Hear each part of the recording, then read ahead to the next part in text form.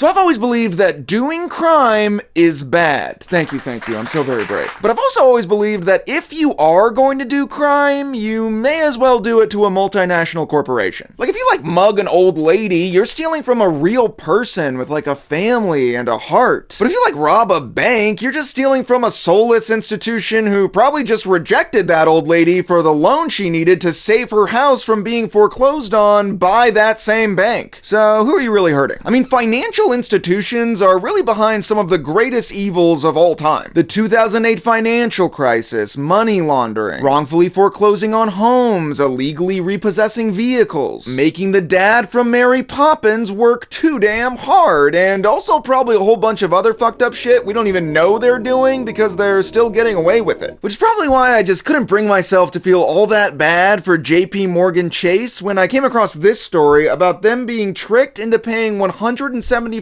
million for a company that essentially did not exist. The 28-year-old founder of the company was a total fraud, the customers were completely and quite literally made up, and JPMorgan didn't discover any of this until well after the check had cleared. But I'm getting ahead of myself. Let's go back to the very beginning and meet the person accused of getting one over on poor old little JPMorgan Chase. The unauthorized profile of Charlie Javice, the millennial founder accused of fooling JPMorgan to the tune of $175 million. Okay, I don't know why they went out of their way to specify that she's a millennial. The headline's basically Charlie Javis, the Hufflepuff founder who's almost as obsessed with Hamilton as she is with wearing graphic tees that say bacon is life. I know I'm probably just latching onto this because I'm a millennial, but when Bernie Madoff got arrested for stealing all that money, I don't remember all the headlines being boomer moment, news alert, this boomer grandpa doesn't respect the boundaries of the law either. In the spring of 2009, Howard Finkelstein, an attorney who advises startups, first met Charlie Javis at the Microfinance Club of New York. I love the Microfinance Club of New York. It's just so much more intimate than the Macrofinance Club of New York. She was there to network on behalf of her new startup, PowerUp, a platform to help students launch microfinance clubs. By the way, network in this context means ask for money. That was something I slowly realized as I got older and graduated from college and entered the workforce and stuff. When people say you need to get better at networking, what they're really saying is you need to get better at begging strangers to give you money. And I never did. Oh, and also PowerUp is not the company she wound up selling to JPMorgan. It's her first startup. So I think this is just meant to demonstrate that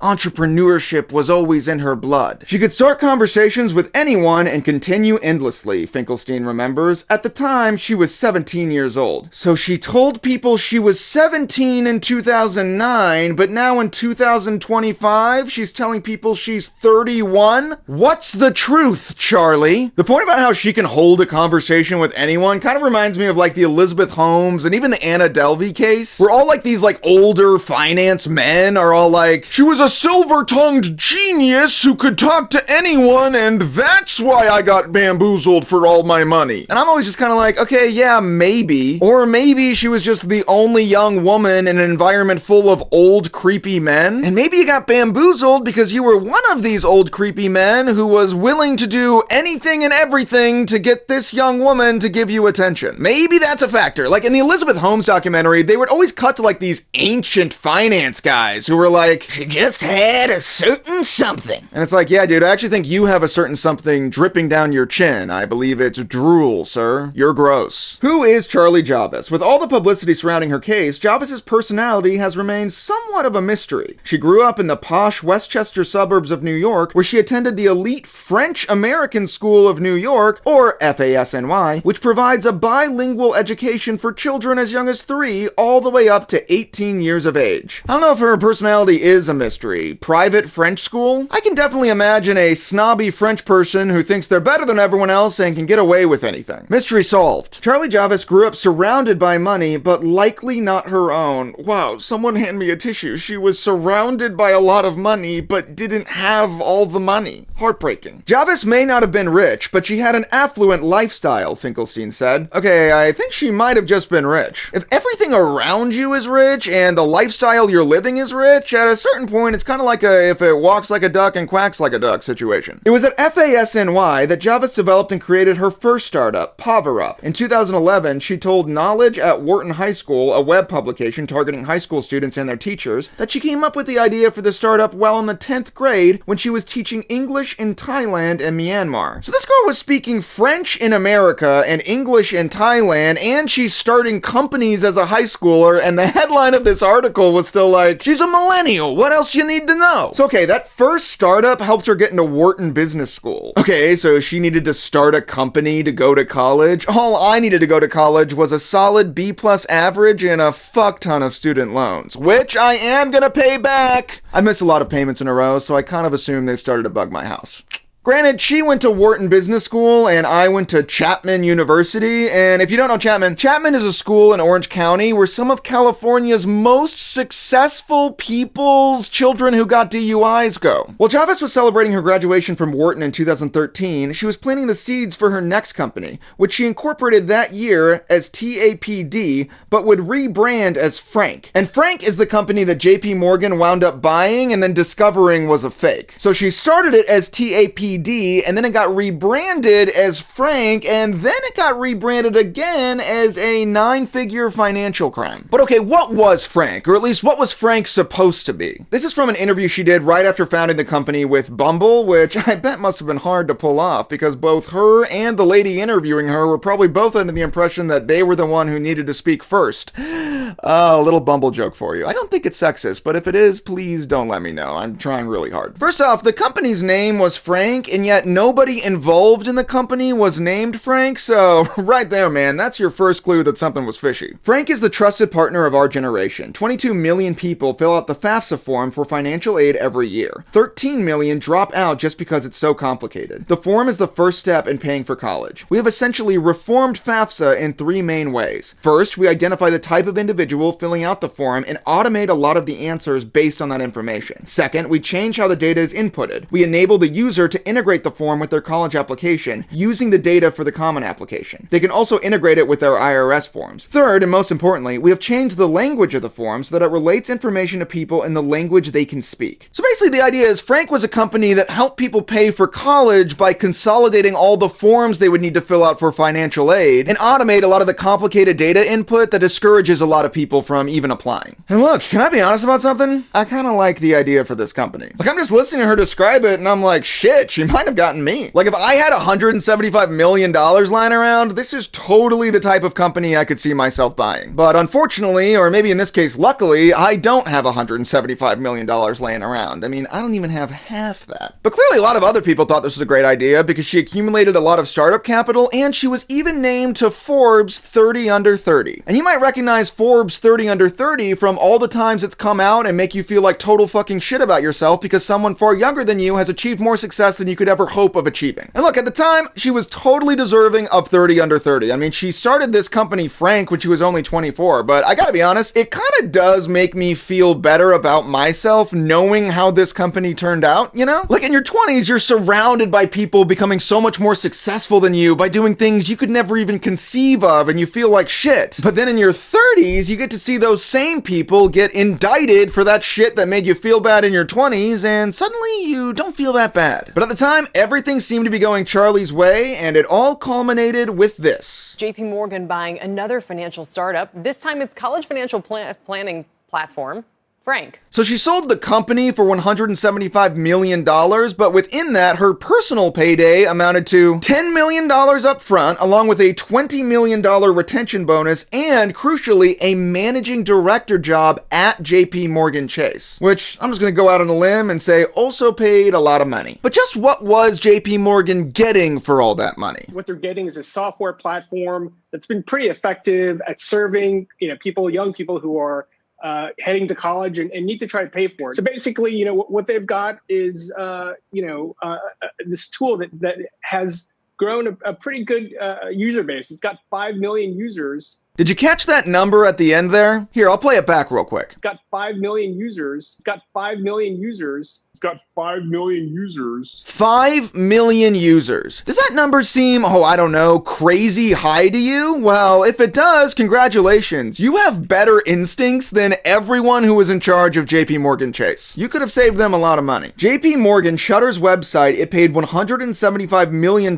for, accuses founder of inventing millions of accounts. JPMorgan Chase on Thursday shut down the website for a college financial aid platform it bought for $175 million after alleging the company's founder created nearly 4 million fake customer accounts. So all of them, pretty much all of the customer accounts were totally fake. And I don't know if you're like not a business major, don't have a business degree. When it comes to business, customers are actually quite important. Also, by the way, that $4+ million user base, that's what JP Morgan was really interested in buying in the first place. I know the guy on TV said a whole bunch of other shit about like helping people pay for college. JP Morgan Chase does not give a shit about helping people pay for college. You wanna know how I know? Because they have enough money to literally pay for everyone's college right now, and they don't do it. Man, I gotta admit, it would suck to be one of the few thousand people who was actually using this business for real. Like, I know the vast majority of the customers were totally made up, but at least like a tiny percentage were real, and like the website shut down for them too. Someone was just using it to apply for college, and then the whole shit shuts down, and they're just like, what the fuck? I was using that. Also, how did JP Morgan Chase even find out? Did they just show up to wrongfully foreclose on one of those customers' houses only to find an empty lot? Like, wait a minute, there's no one here to screw over. Something's wrong. JP Morgan said it learned the truth about Frank. Okay, I gotta stop right there real quick. I know the company's name is Frank, but them referring to it as Frank just sounds like they're complaining about like one really annoying guy. JP Morgan learned the truth about Frank and how touchy-feely he is around the conference room, and how a lot of the anime on Frank's work computer is disturbing to the other people in the office. JP Morgan said it learned the truth about Frank after sending out marketing emails to a batch of 400,000 customers. About 70% of the emails bounced back, the bank said in a lawsuit filed last month in federal court. Okay, but that does mean 30% of them didn't bounce back though. So JP Morgan is looking at the glass as 70% empty, but an optimist would look at the glass as 30% full. Just saying. If I were Charlie's lawyer, that's what I would be saying in court. It would not work, but it would be a lot of fun. In the suit, JP Morgan alleged that Javis first asked her engineering chief to create fake customer details using algorithms. When he refused, she found a data science professor at a New York area college to create the accounts, the lender said. The bank included incriminating emails between the unnamed professor and Javis in its suit. For instance, Javis had allegedly asked the professor, will the fake emails look real with an eye check, or better to use unique ID? Okay, it does seem like they got her dead to rights. She's basically like, so will the crime look like a crime, or will I be able to get away with doing this crime? Please respond by EOD. JP Morgan had access to the emails because it had acquired Frank's technology systems as part of the acquisition, according to a person with knowledge of the situation. That's so funny. So basically, they bought access to all her work communications when they bought the company. So by selling them the company, she also sold them all the evidence that she just totally made shit up in order to sell them the company. Is this real? JP Morgan court filing shows Frank employees questioned stats before acquisition. Employees of a startup purchased by JP Morgan Chase expressed disbelief when the company's founder directed them to boost their customer count ahead of the acquisition, according to internal messages released Thursday in a legal filing. The founder, Charlie Javis, instructed employees to change public-facing numbers of college aid platform Frank to 4.25 million customers in January 2021, JP Morgan alleged in the filing. Frank had fewer than 300,000 real customers when JP Morgan bought it in September 2021, the bank has alleged. Alleged being the operative word. Okay, these are all just allegations. Wouldn't it be wild if she wound up like winning all these cases somehow? In that case, I'd have to go back and change the title of this video to something like, JP Morgan paid $175 million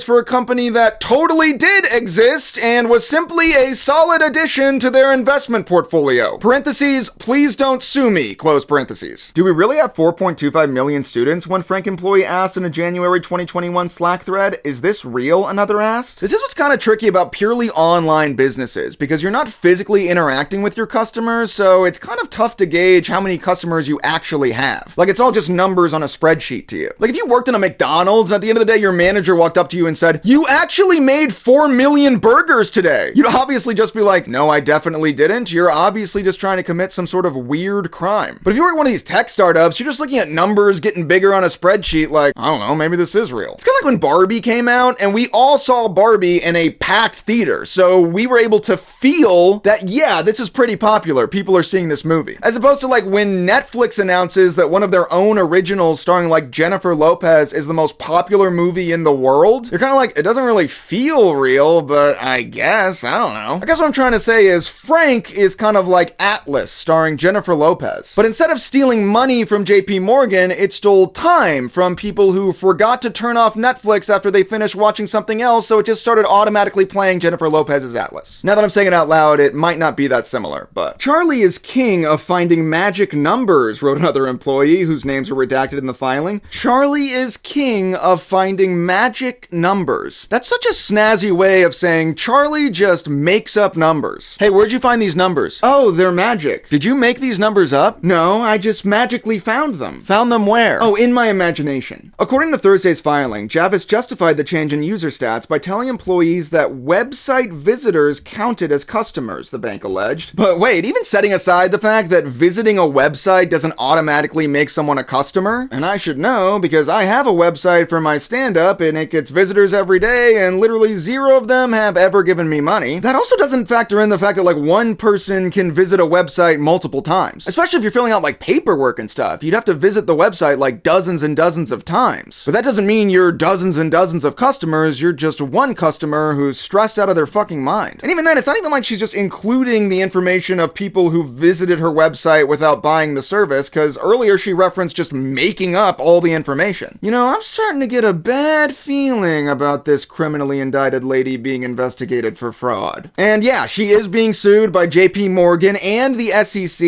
and is also facing a criminal trial as well. But probably most devastatingly, Forbes, who once bragged about her by putting her on their 30 under 30 list, has since added her to their 30 under 30 Hall of Shame. Also, now she's 31, so technically it's the Forbes 30 over 30 Hall of Shame. Talking about getting kicked while you're down. In her defense, she does look like the only person in this photo who feels any sense of shame whatsoever. So hey, maybe that's something. But she's not going down without a fight. In fact, she's actually holding her own. She's out on bail. She won a bid to get her ankle monitor removed, and this next part is seriously my favorite thing about this whole story. JPMorgan must pay Charlie Javis's legal fees despite suing her in $175 million fraud case. They have to pay her legal fees that she's accumulating defending herself against them. Javis had argued she was entitled to payment of her legal fees as a JPMorgan employee. Remember earlier when I pointed out that part of her buyout was she got a job at JPMorgan? Well, that kind of came back to bite them here. JPMorgan has had so many executives get into so much legal trouble doing shady shit for them that they bake in paying for their legal expenses when they hire someone. Which again came back to bite them in this case because the person they hired did the shady shit to them. Basically, she's given them a taste of their own medicine and they have to pay for the medicine. They're literally paying people to try to defeat their own lawsuit. And by the way, that payment is not cheap. JPMorgan says Javis's army of 77 lawyers is overbilling fees. Okay, she says she has 77 lawyers, but knowing Charlie, I bet she only really has like 5 lawyers and she just made up the other 72 in order to fill out the form a little bit. But whether they're real or not, JPMorgan is paying for all of them. And honestly, I gotta give it up. Even after they caught her swindling them out of millions and millions of dollars, she's still managing to swindle them out of even more millions of dollars by making them pay for her legal defense. And at this point, if it feels to you like I'm kind of rooting for her, that's honestly just because I sort of am. It's like, did she commit a crime? Yes. She intentionally and knowingly, and it does seem quite obviously, invented a ton of fake customers just to scam her way to millions of dollars. So why do I still find myself somehow rooting for her to come out on top? Well, for one thing, and it's probably a minor caveat, her company did have some real customers, even if it was in like the tens of thousands as opposed to the millions. So she did genuinely help some people get into college. And like, that's not nothing. And look, maybe it's a stupid flaw in my stupid brain, but I will always root for the flawed, possibly sociopathic individual against the massive faceless corporation. It's like, what, are we really supposed to clutch our pearls because JPMorgan Chase probably got scammed out of $175 million? This is the same JPMorgan Chase who a year before they bought Charlie's company had to pay $151 million